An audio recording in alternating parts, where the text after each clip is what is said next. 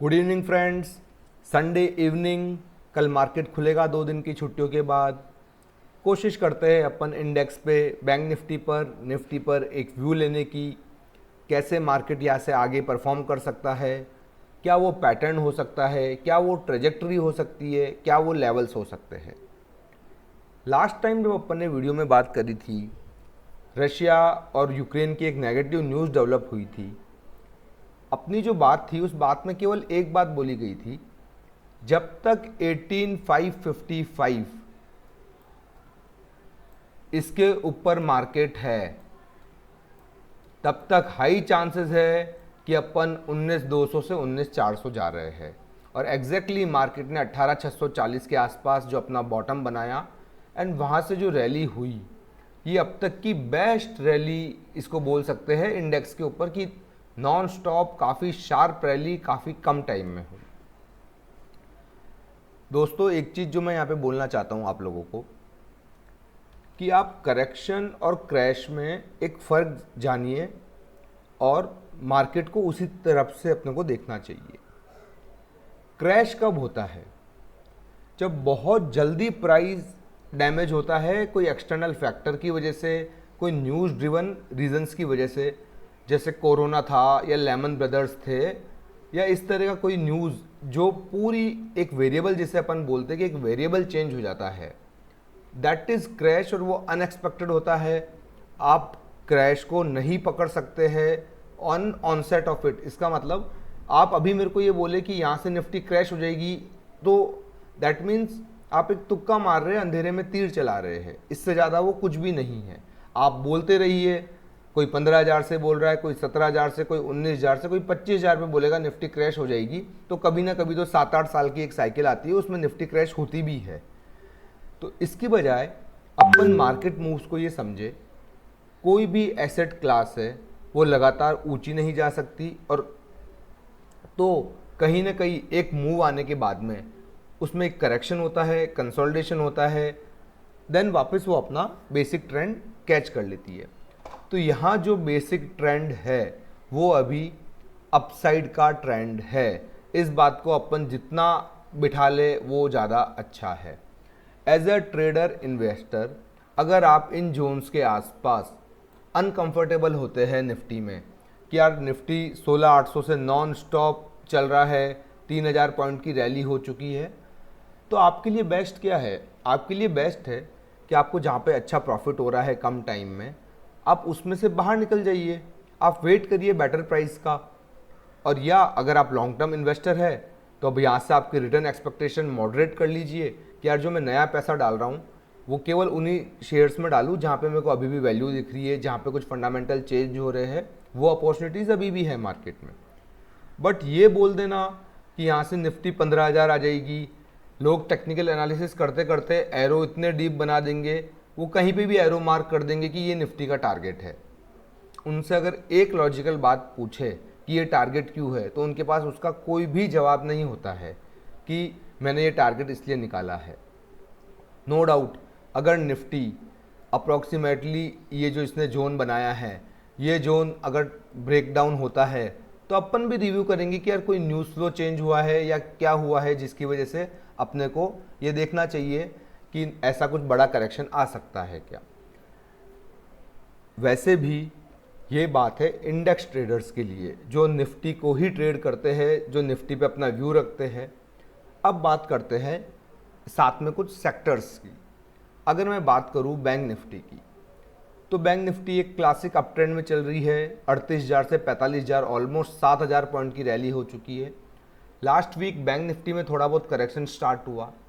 जब तक ये 44,500 400 के ऊपर है, जो कि यहाँ से 400-500 पॉइंट और नीचे है, जब तक ये इस जोन में बैंक निफ्टी है, तब तक यहाँ पे कोई भी बड़ा करेक्शन आने का, या क्रैश तो वर्ड यूज़ ही नहीं करना चाहिए, कोई बड़ा करेक्शन आने का भी मेरे को तो सीन नहीं लगता है। और ये बैंक निफ्टी वापस हो सकता है यहाँ पे कहीं पे सपोर्ट लेके और एक मूव अपसाइड का अपने को दिखा दे। तो ये एनालिसिस हुआ बैंक निफ्टी एंड निफ्टी का। अब अपन आगे बात करेंगे पीएसयू बैंक इंडेक्स की। दोस्तों, मैंने इसके ऊपर 2-3 वीडियो बनाए, ये कंटिन्यूस अपने रडार में भी रहा है और अपन ने यहाँ पर जो लेवल्स प्लेड आउट हुए हैं वो इतने परफेक्टली प्लेड आउट हुए हैं कि अपने को अगर अपन इस पर ध्यान दे PSU बैंक इंडेक्स में, तो ये अकेला इंडेक्स ही अपने को जितना अपने को ट्रेडिंग इनकम चाहिए या अपने को जो एक शॉर्ट टर्म में अपॉर्चुनिटीज़ चाहिए वो इसने अपने को बना के दी है। तो PSU बैंक इंडेक्स ने बहुत ही अच्छा, ये देखिए, ये इसका जो, एक सेकंड में जो एक्स्ट्रा लाइन से उनको हटा देता हूं चार्ट से। अपन पैटर्न्स को कैसे समझते, ये एक अपमूव आया PSU बैंक इंडेक्स में जहां पे 2200 का इंडेक्स ऑलमोस्ट 4600 हो गया। दोस्तों एक बात ये समझ लीजिए, जब भी इस तरह का मूव 2200 टू 4600, ये एक बुल मूव है किसी भी इंडेक्स में। ये जब भी एक मूव आएगा, आप कोई सा भी इंडेक्स लीजिए, उसके बाद में उसमें करेक्शन एंड कंसोलिडेशन होना बहुत ज़रूरी है। आप इसको लॉजिकली ऐसे समझिए कि इस मूव के आसपास PSU बैंक इंडेक्स की वीकली RSI 84 थी, तो क्या वो वीकली RSI 100 क्रॉस कर जाएगी, राइट? तो एक अपने को मान के चलना चाहिए कि इस तरह के जो मूव्स है उसके बाद में एक कंसोलिडेशन और करेक्शन आना बहुत ही एक नॉर्मल सी एक्टिविटी है। प्लस वो जो इस तरीके से आता है कि वो मैक्सिमम प्लेयर्स को, जो लॉन्ग टर्म प्लेयर्स भी होते हैं, वो भी डाउट करने लग जाते हैं कि ये मूव एक्चुअल में वापस कभी ऊपर आएगा या क्या होगा। तो PSU बैंकों ने भी एग्जैक्टली वही किया, एक शार्प अप मूव आया, देन ये काफ़ी अच्छा इसमें कंसोलिडेशन हुआ एंड मैं तो बोलूँगा अच्छा खासा करेक्शन भी हुआ। 4600 का इंडेक्स अराउंड 3500 आ गया। अब जब अपन ने वो लेवल्स निकाला था, क्या थे अपने लेवल्स? 41, 26, 30 टू 4200। वो जैसे ही इसने लेवल्स, ये जो जोन्स थे, ये इसने निकाले एंड आप मूव देखिए, अपना पहला टारगेट था 4400, इसी एक ही वीकली कैंडल में हिट। अगला टारगेट है 4600, 4600 ये क्रॉस होता है तो ये इंडेक्स इजीली 5100, 5200 तक जा सकता है, जो यहाँ से भी 10-15% की रैली है। तो अपने को मार्केट में आउट परफॉर्मर सेक्टर्स आइडेंटिफाई करने हैं। अब उसमें निफ्टी क्या कर रहा है, ये आर्ग्यूमेंट मैं इजीली कर सकता हूँ कि अगर मैं निफ्टी देखूँ, निफ्टी के कंटिन्यूस ये जो मूव था 16800 से 19800 या 19500 तक का, उसमें PSU बैंक इंडेक्स ने अंडर परफॉर्म किया है, कुछ ज़्यादा खास मूव नहीं आया है। तो हो सकता है अब ये वाला सेक्टर चलने को रेडी हो।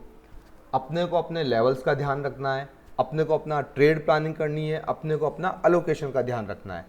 अगर आप इंडेक्स के चक्कर में रहेंगे, निफ्टी की एक्सपायरी, वीकली एक्सपायरी, सेंसेक्स की एक्सपायरी, फिन निफ्टी की एक्सपायरी, इंडेक्स मैनेज होगा, इंडेक्स में ऑपरेटर लोग उनको जहाँ मर्जी होगी वहाँ पे एक्सपायरी कराएंगे। अगर वो देख के किसी दिन हो सकता है थर्सडे को निफ्टी में बहुत ही बड़ी वॉलेटिलिटी लेके आ जाए, किसी दिन हो सकता है ट्यूसडे को फिन निफ्टी बहुत हाई राइज हो जाए, तो ये सब चलता रहेगा। लेकिन अगर ये देख के आप अपने इन्वेस्टमेंट या ट्रेडिंग डिसीजन ले रहे हैं स्टॉक्स के ऊपर, तो वो एकदम गलत है। आपको individual stock, individual sector, individual charts analyse करने चाहिए एंड देन एक व्यू बनाना चाहिए। और एक इम्पॉर्टेंट बात, आप अगर किसी को भी फॉलो कर रहे हैं, यहाँ पर एक बात जान लीजिए, सबके व्यूज़ सही होते हैं और सबके व्यूज़ गलत होते हैं। जैसे अपन मूविंग एवरेज बोलते हैं, 10 moving average, 20 moving average, 50 moving average, ये रूल ह्यूमंस पे भी अप्लाई होता है। कभी कोई 10 बार सही हो गया तो वो 3 बार बिल्कुल गलत हो सकता है और होगा भी। कोई 20 बार सही हो गया तो वो 5 बार गलत होगा। वो टाइम फ्रेम उसको खुद को भी नहीं पता होता है कि वो कब गलत हो रहा है, कब वो सही हो रहा है। इसे अपन लॉ ऑफ एवरेजेस बोलते हैं। कोई ये नहीं कि 100 में से 100 बार कोई यहाँ पे सही हो जाएगा, तो वो तो फिर इतना, अगर वो 100 में से 100 बार सही हो गया तो पूरे इंडिया की गरीबी और जाने कितना पैसा कमा सकता है, जो कि यहाँ पे प्रैक्टिकली नहीं होता है। आप कभी बहुत ही अच्छे माइंड फ्रेम में होते हो, आपका एनालिसिस बहुत स्ट्रॉन्ग जा रहा होता है। It is all game of psychology and reading. So कभी आपकी साइकोलॉजी एकदम परफेक्ट हिट होती है, कभी आप खुद एक ट्रैप हो जाते हैं। आप किसी एक पर्टिकुलर चीज़ को सोचते हैं, एनालाइज करते हैं, विजुलाइज करते हैं और वो आपके अकॉर्डिंग प्ले आउट नहीं होती है, तो आपके पास दो ही तरीके बचते, या फिर आप उससे साइड हट जाए या आप उस पर स्टिक रहेंगे, तो हो सकता है आपका एनालिसिस कंप्लीटली गलत हो जाए। तो मेरा यहाँ पे ये पॉइंट ऐड करने का मतलब बस इतना ही है, आप किसी को भी फॉलो कर रहे हैं जब तक वो सही हो रहा है, very good and well and good कि वो सही प्रूफ हो रहा है।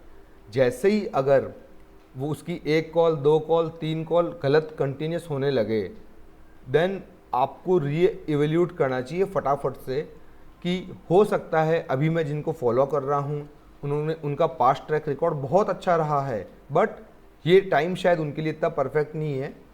मुझे उनको टाइम देना चाहिए कि वो वापस अपनी थ्योरीज चेंज करे, सिस्टम को देखे कहाँ मिस्टेक्स हो रही है, और वो वापस खुद प्रिपेयर होके आए, तभी वो आपका फ़ायदा करा पाएंगे।